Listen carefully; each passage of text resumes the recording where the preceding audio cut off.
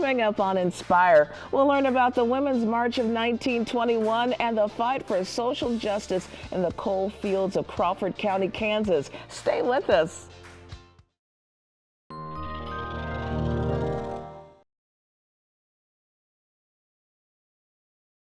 Inspire is sponsored by Kansas Furniture Mart, using furniture to inspire conversation. And by the Blanche Bryden Foundation.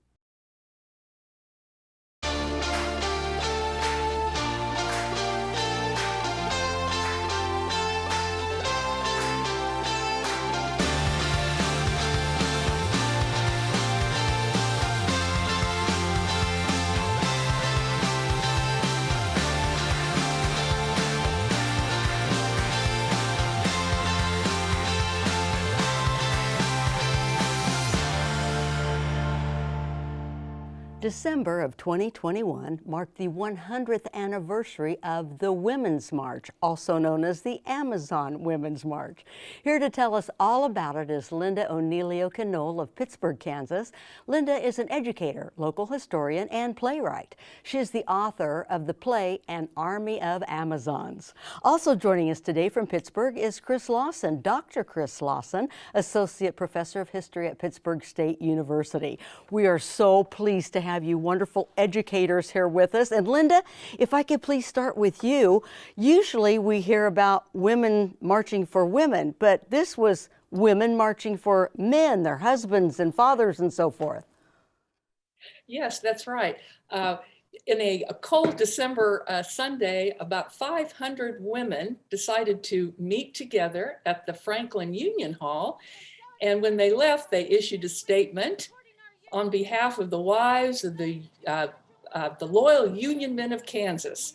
And they wanted to stand shoulder to shoulder with their men in this struggle. And it was basically against the Industrial Court Act that was recently passed by the Kansas legislature, which outlawed all strikes. So tell us about the miners. Who were they? Well, they came from so many different nationalities and ethnicities. You know, in the late 1800s, when coal was discovered in southeast Kansas, they needed cheap labor. So one entrepreneur, Franklin Plater, decided to come up with these posters, these broadsides that said, "Paradise on earth, come to Kansas and mine coal." And these broadsides were placed all over villages in Europe. And with that, hordes of people came to southeast Kansas to mine coal. They didn't find the paradise on earth, however, that they were hoping for. I have a question for Dr. Lawson, if you could set the stage for us for what was actually happening. So we have these coal miners who are down in southeast Kansas. They were getting unfair treatment. Things were happening. They weren't allowed to strike. The women got involved. Could you set that stage for us? How did all that come about? Well, there was more than just the unfair labor practices going on. There were all kinds of national events that were affecting the way that these women were thinking about their place in American society. So we had just come off of this conflict in Europe, World War I, in which if you were ethnic, if you were not native-born American, your loyalty to the United States was questioned, and they felt this desire to become truly accepted as Americans. So they participated in Americanization movements, and they embraced the flag, and they called themselves Americans. And at the same time that they were struggling with their identity as Americans, women's suffrage had just passed within the past year. And these women who were wives of miners were becoming naturalized American citizens along with their husbands. So they were becoming political. They were going to be able to vote in the upcoming elections in upcoming years. And I think there was a lot of excitement about being part of a new political process. I find myself disappointed oftentimes when we look back at history on how we treated people, how we as Americans treated others. And here these were these immigrants coming in, hoping to make a better life, hoping to, as you see, have the paradise. And the working conditions, we understand, were miserable. They lived in horrible houses. And yet these women, often many were pregnant, they were carrying their small children with them. They just knew that they had the need to help. And I just admire them so much. And shame on us for not embracing them more. Well, and there are all kinds of ways to think about this community. We can think about them as being separated by language and by ethnicity.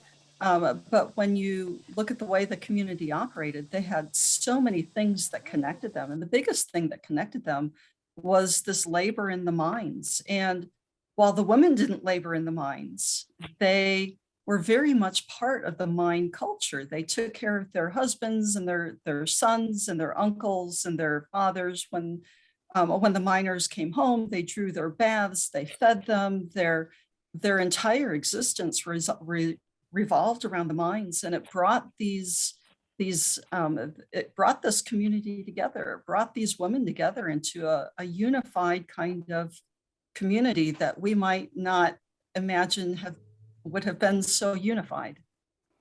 Linda, I'd love to hear from you. Talk about the courage that it took for these women to actually buck the system as it was and, go and strike on behalf of their husbands.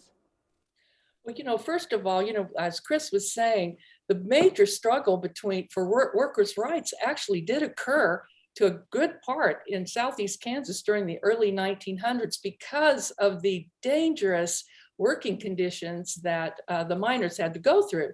The coal seams themselves were only 2 to 3 feet thick, so the miners had to work on their sides or on their knees to extract the coal.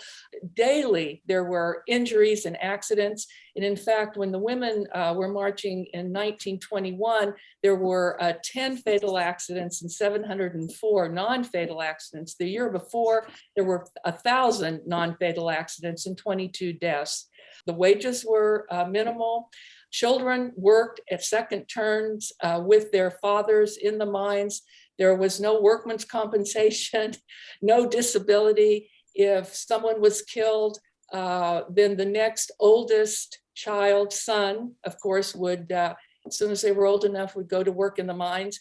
If there were no one to do that, the women had to kind of fend for themselves, open boarding houses, find work that way. So there were all these tensions that had to do with social issues.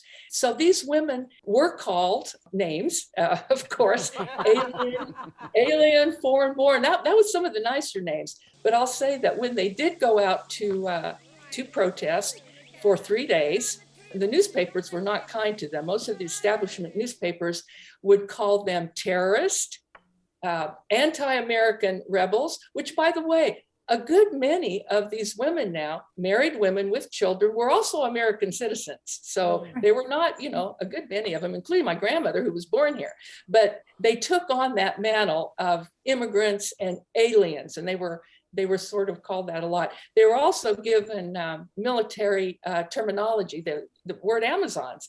Amazon Army. There's a picture of a young girl, she's 14, on a car with a flag, one of the marchers, and she was identified in the New York Times as General Annie Stovich. Wow. Yeah, the leader of an Arma band that even bayonets can't stop these temperamental women. So there was a lot of misrepresentation, if you will. And they were attributed also to a lot of things that were just spectacular and never happened. Some of the newspaper headlines would say that they dynamited mine camps, which they didn't, or that they shot at the houses of some of these scab miners, which they didn't. There is so much more to learn about this. We're going to continue our discussion, so please don't go anywhere. Stay with us.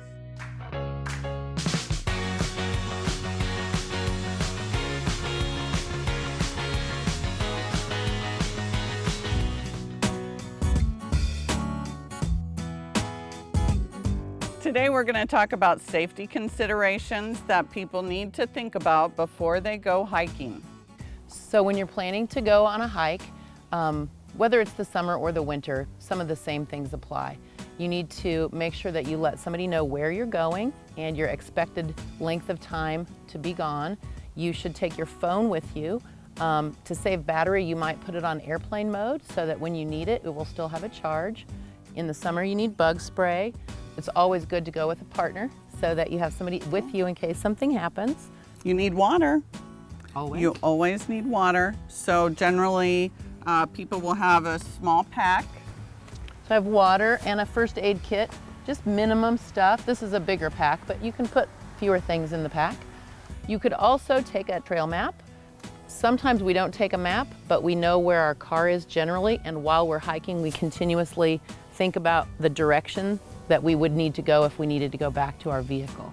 And you definitely want to pay attention to trail markers. Every trail has some markers specific to it. So before you leave on your hike, you need to know what the markers are for that trail and be familiar with what the different colors of markers might mean. And then of course it's important to check the weather. In Kansas, you never know what the weather might bring, so it's good to know ahead of time, if it's going to start pouring rain in an hour, you need to time your hike just right. Or if it will be windy or super hot, you're more likely to be dehydrated. So knowing the weather conditions help you be prepared for a good outdoor outing.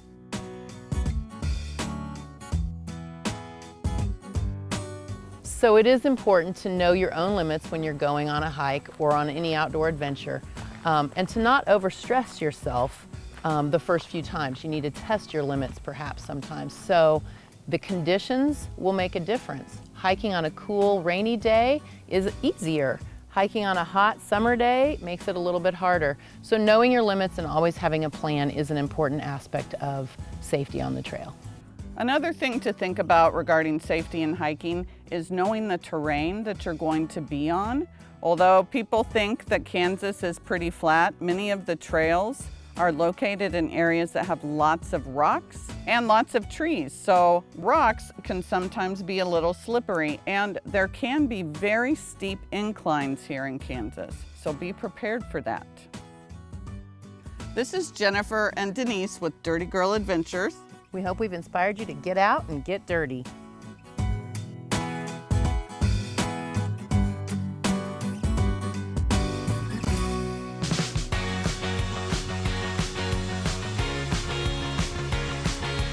And we're back with Linda O'Neill-Knoll and Professor Chris Lawson from Pittsburgh, Kansas. Ladies, on our last segment, we talked about some of the social conditions and the labor situations that led up to the women organizing and assembling and deciding to take matters into their own hands. We understand that they gathered together, I think, just to talk about what they should do. And one thing led to another. Suddenly, they were marching. I mean, it's called the Amazon Army, but march implies movement and activity. So tell us about that. They wanted to prove a principle, and they definitely believed that there was an injustice that resided in this law, the Industrial Court Act.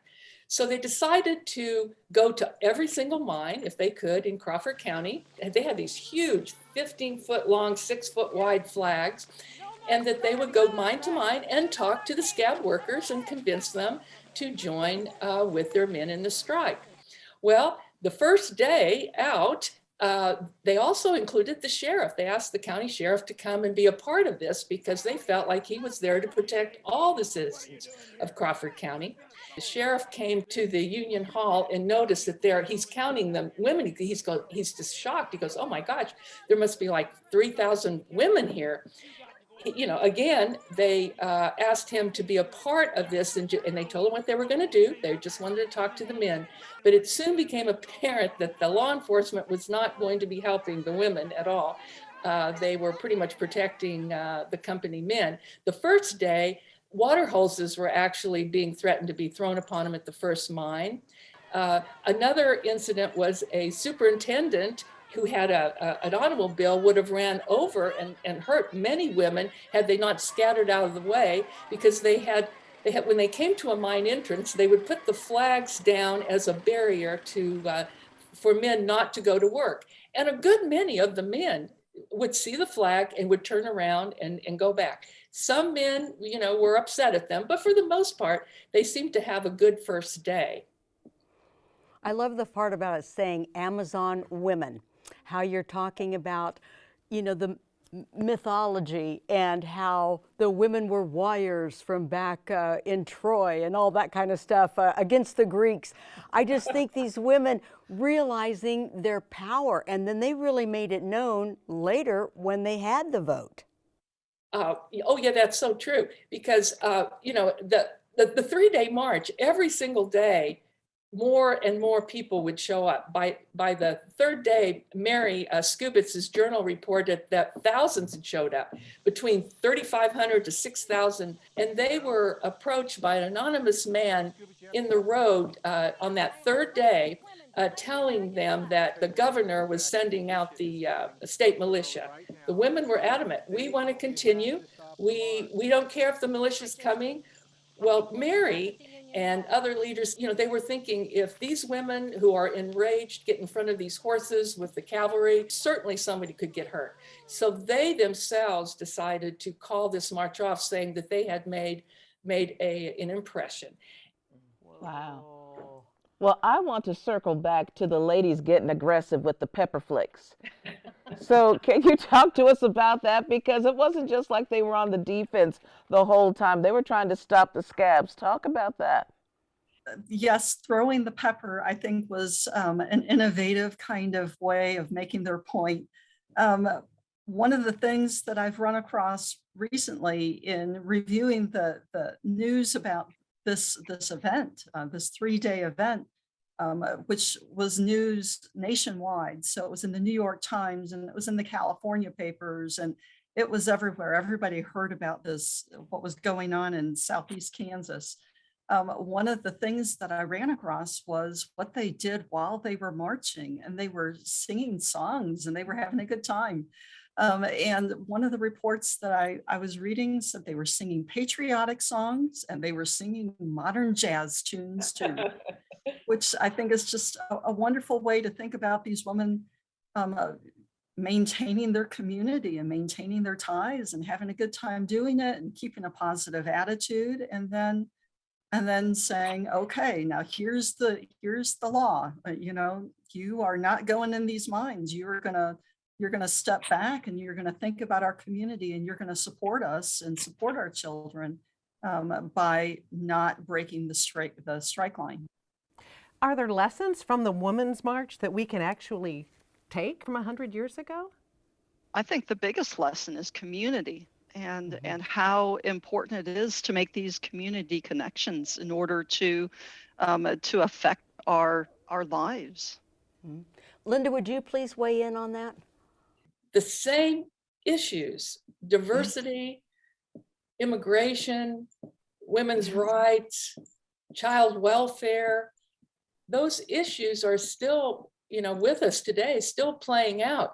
And if you look back at what those women did at the time that they did it, I mean, this is a time when they had no running water in their homes, no electricity. Everything was a struggle. And yet within that struggle, they stood for principles. They were, and they stood for American democracy. They were very proud to be Americans. And so I think that legacy is still with us today, that ability to stand up for things you believe in, even when it's not, even when it's in the law. There were injustices in the law that they found that they needed to fight for. And I know my grandmother, who was in the march, I feel that kind of legacy from her and those people that came before me, especially education. They were so adamant that to give their children out of those situations into a better environment.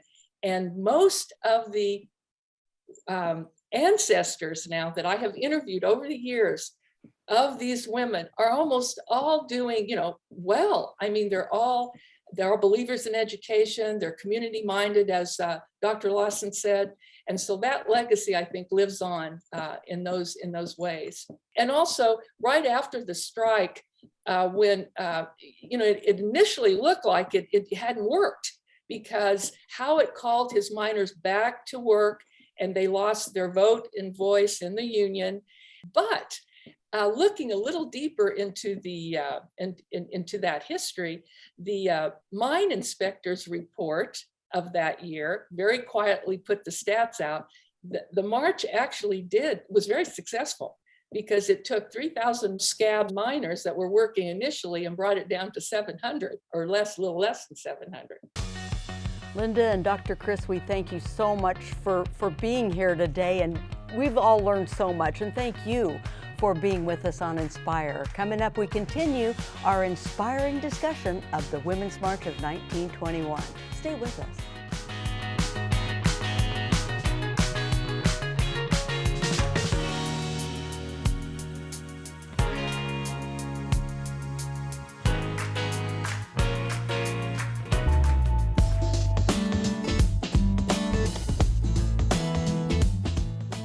Today we're going to talk about safety considerations that people need to think about before they go hiking.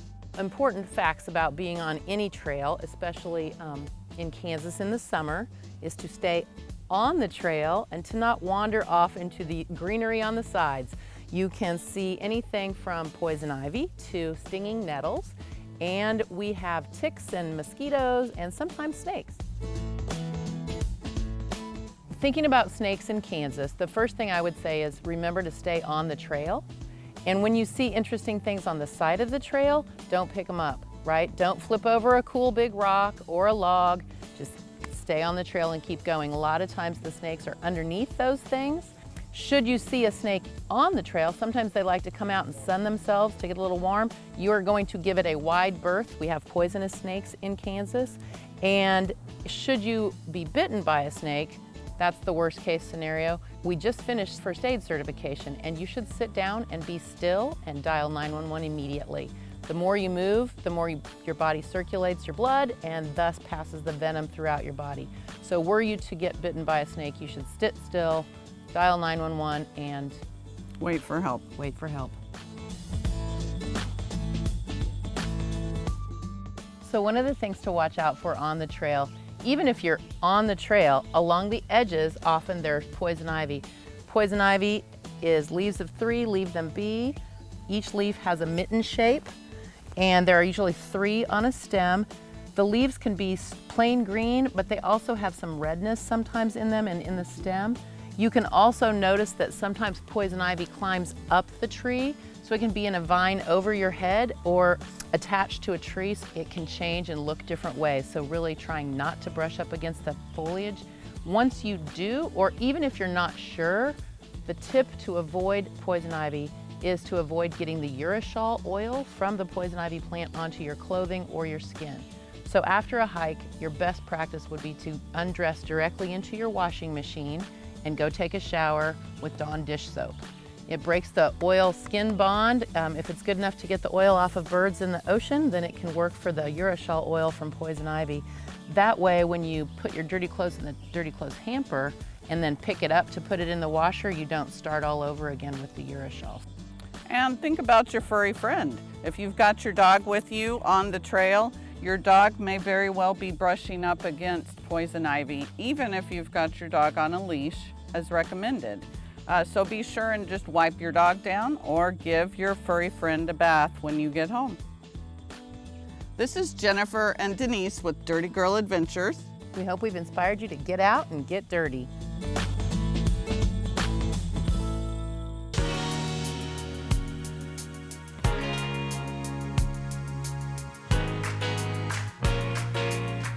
Ladies, we all know that women are strong and that women are tough, but the women who participated in the Women's March back in 1921, they were not to be messed with. Definitely not. What do you think about today's history lesson? Well, I got to say, first of all, hearing Amazon women, I'm thinking that to me brings up, a huge woman, Exactly. But they were big in what their goals were and their ideals were. So I love that. What came most to light to me is the fact that how little has changed in 100 years. She talked about how the newspapers called them terrorists and the unpatriotic, and they weren't American citizens, and they had dynamite, fake news, fake news, fake news, and that they were fighting for workers' rights. They were trying to help people who don't have a voice. Have we really gotten any better in 100 years? No, You know, a little. part of me has little. to wonder. I know certainly we have. And it's also the fact that I love the fact that when they got together, they weren't thinking what's going to happen in 3 to 5 days or years or you know, it's just like right now. We need to help our guys right now without understanding what the impact is going to be. And that's how all social movements really take hold. Exactly. And the idea of community. Yeah. You know, I really wish that we had that community feeling. We've had it like in bits and pieces here and there, but not enough to just get in there and say, you know what? We're going to stand up to injustice. We don't care if they put pepper spray on us as we're trying to do it. We're going to stand for what's right. And I thought it was just a beautiful story that the women got together to do it. And then reading also about how the men would join in, but they would follow the women so that they were letting their voices be heard. And I love the fact that it's still known in Crawford County, still taught at Pittsburgh State University. That's amazing. Well, and the cool thing is that the women just got the right to vote. So right after that, they made a huge impact in what the elections were, and a lot of people were out. Exactly, bounced it's out, like, yes. Yeah, it's like, yeah, it matters. Yes. Does your voice count? Yes. Does your It does vote matter. count? Yes. Okay, so we do need to remember that today. Absolutely. Well, and the fact that we're sharing this with our viewers, because I didn't know anything about it upon coming here to do this episode. Right. And now I'm like, I'm going to tell everybody about this because I'm like, look what we do in Kansas. We make history. I'm sure there's many things that we don't even know about, but definitely this is a piece of our history that we can be proud of, that not only did these women stand up to the union people, but they're like, we're changing laws. We're bouncing people out who aren't doing any good for us. Well, and I'm also shocked that we had coal mining in Crawford County in Kansas. And 60 Who mines? knew? I didn't know that. Yeah, I didn't know. Fascinating. Well, I am sorry to say that that's all the time we have for today. And if you want to be inspired all over again, just go to watch.ktwu.org to watch this show and all Inspire shows anytime you like. And if you are inspired to learn more about our inspiring guests and find out what's coming up on future shows, be sure to visit our website, www.ktwu.org/inspire. Inspiring women, inspiring you on KTWU. Thank you all for watching.